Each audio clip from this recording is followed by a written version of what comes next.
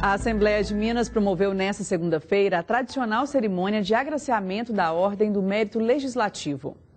Pimentel foi orador oficial da solenidade. Durante o pronunciamento, o governador falou sobre a força de Minas em enfrentar a crise econômica que afeta o país. A transição para outro ciclo econômico, que já se avizinha, precisa da base sólida e da energia positiva das instituições democráticas e do compromisso republicano.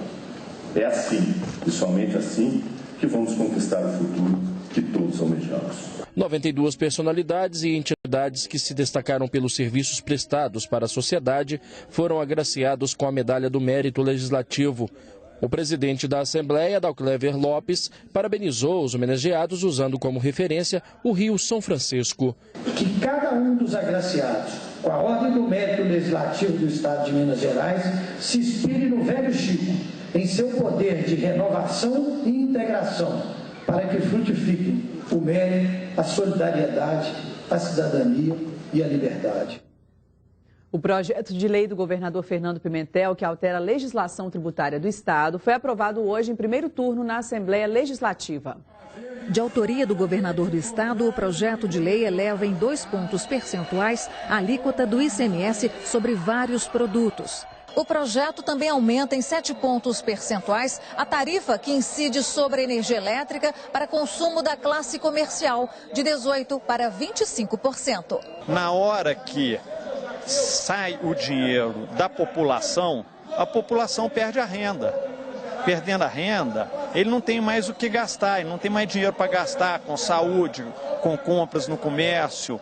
Se o comércio não vende, não compra da indústria. Então afeta toda a cadeia. Os lojistas não aguentam mais. Eu sou um pequeno empresário e a gente vê hoje um cenário de muitas empresas fechando, desemprego, comércio não está vendendo. É o que estamos fazendo, tentando ainda convencer os deputados que ainda estão da base de governo, que ainda estão assim, sem certeza do seu voto, conscientes de qual papel vão assumir, né, tentando convencê-los de que o melhor para Minas agora é não prejudicar as empresas, não prejudicar os mineiros, é ficar ao lado do povo de Minas contra o governo do PT. O que está sendo colocado aqui não é simplesmente aumento de imposto. O governo, é papel do governo, é dever do Estado majorar a alíquota em até 2% com o objetivo de erradicar a pobreza. Né? Se nós não temos problema aqui, nós temos problemas no norte e no nordeste do Estado. Né? O que está sendo majorado não são produtos de primeira necessidade, apesar de que nós não gostaríamos também que fosse. Quando se fala da alíquota da energia elétrica, nós temos hoje a energia residencial a mais cara do Brasil, né, que saiu de 18% para 30% no governo Azeredo. E alguns deputados que hoje demagogicamente são contra este aumento, votaram favorável de 18% a 30% à residencial. De acordo com a assessoria da Assembleia, a votação entra em segundo turno amanhã. Para comentar o assunto, Carlos Lindenberg, nosso editor de política. Boa noite, Lindenberg. Há chances, então, desse projeto de lei ser aprovado amanhã? Não, sem dúvida. O governo tem maioria na Assembleia, embora a votação de hoje tenha dado um pequeno susto no governo, porque foram 35 votos favoráveis ao governo e 29 contra. Ou seja, vários deputados da base do governo acabaram votando com a oposição em função da questão desse imposto. Ninguém gosta de aprovar imposto. E nem gosta de pagar Não é imposto. Popular, né? Você aumentar. É absolutamente impopular, né? Isso. Toda medida de majoração de impostos ou de alíquotas, que acaba sendo a mesma coisa, acaba sendo uma medida impopular. Mas não há risco de não ser aprovado. Eu conversei com o deputado Duval Anjos agora à tarde, que é o líder do governo, e ele me garantiu que essa questão está superada. Vai aprovar, sim. O problema é essa coisa instável. A base do governo, agora, nessa votação, ao contrário das outras, ela se mostrou gelatinosa, ela patinou um pouco.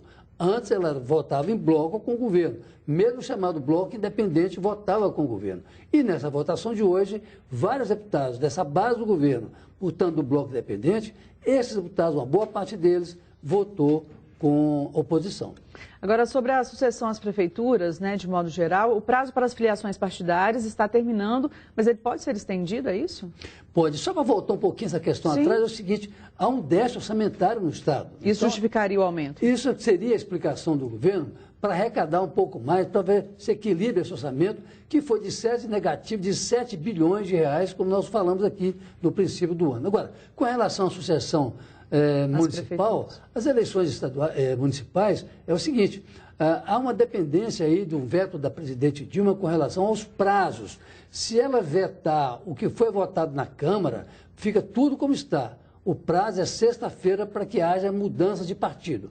Se não vetar, vai prevalecer o que foi decidido pela Câmara dos Deputados, que é o prazo de 6 meses, portanto, o mês de março. Tá certo. Muito obrigada, Lindenberg. Boa noite, Monique. Boa noite.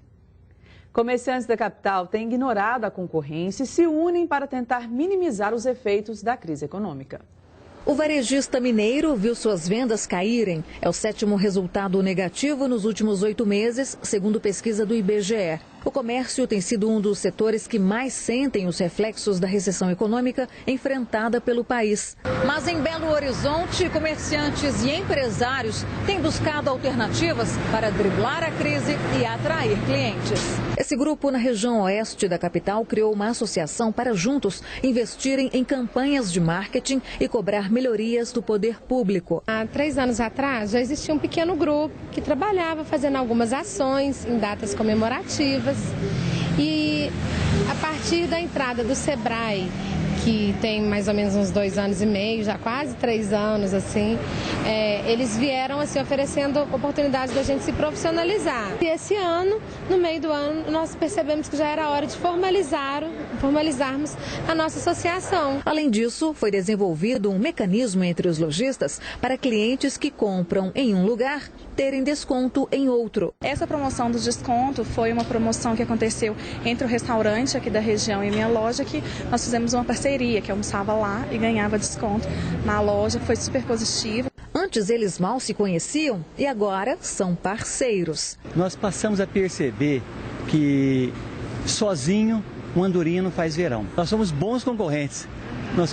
É diferente da gente fazer uma concorrência desleal, nós fazemos uma concorrência leal. Segundo o Sebrae, as ações coletivas têm dado resultado. Juntas elas podem promover ações que busquem um novo consumidor, ou o consumidor da região também, trazendo para esse novo momento que está vivendo aqui as avenidas, que é a estratégia de revitalização do comércio. Este outro empresário na região central também mobiliza lojistas para fortalecer o comércio. O grupo tem se expandido devido à crise financeira. Uma vez essas empresas estando coligadas, se conhecendo, nós ficaríamos muito mais à vontade para apresentar essas empresas, até por um custo menor, na própria região, na busca de clientes. O que nós buscamos, na realidade, não é só superar a crise, mas fazer com que o comércio ele seja forte regionalmente, que não dependa dos grandes centros. O sistema de ajuda mútua se modernizou e atualmente os integrantes se comunicam através do WhatsApp. Atualmente são 4 grupos no aplicativo, com média de 70 participantes em cada, divididos por regiões da capital. Há grupos da Pampulha, Centro-Sul e Leste. Além de trocar informações e sugestões pelo WhatsApp, há descontos especiais nas lojas que integram o grupo, divisão de custos de campanhas e desenvolvimento de estratégias para atrair o público. Nos últimos 10 anos, 2 coisas mudaram em relação à concorrência. A primeira é que ela não é mais formada apenas por empresas que vendem os mesmos produtos e serviços que você. E a segunda é que ela também não é mais aquela inimiga que precisa ser vigiada a cada passo. Para mim, concorrente é apenas aquela empresa que ainda não se tornou sua parceira em algum projeto. E há várias maneiras dessa parceria acontecer. Ela pode se dar, por exemplo, em promoções exclusivas para a internet, ou pode ser feita com o vizinho da loja ao lado, seja ele do seu setor ou não. E a parceria pode se dar em forma de promoção, descontos ou de desenvolvimento de produtos e serviços. Algo novo, que não pertence ao mix de soluções iniciais de nenhum dos envolvidos. O céu é o limite quando as empresas inteligentes decidem trabalhar juntas. Claro que há desafios a serem considerados e um deles é a cultura de ambos os negócios. Uma determinada ação pode ser melhor executada por um dos parceiros e isso precisa ser considerado no planejamento, de forma a explorar potenciais e expertises. É fácil imaginar por que parcerias se tornam realidade em tempos de crise, mas mesmo com a economia aquecida, nunca mais olhe para o seu concorrente como se ele fosse um inimigo. Isso não combina com tempos de globalização, conectividade e de liberdade de escolha. A seguir, protesto bloqueia a reitoria da UFMG e ainda o botox feito à base de veneno de cascavel. É daqui a pouquinho no Jornal Band Minas, agora são 7h11, eu volto já já. Jornal Band Minas, oferecimento.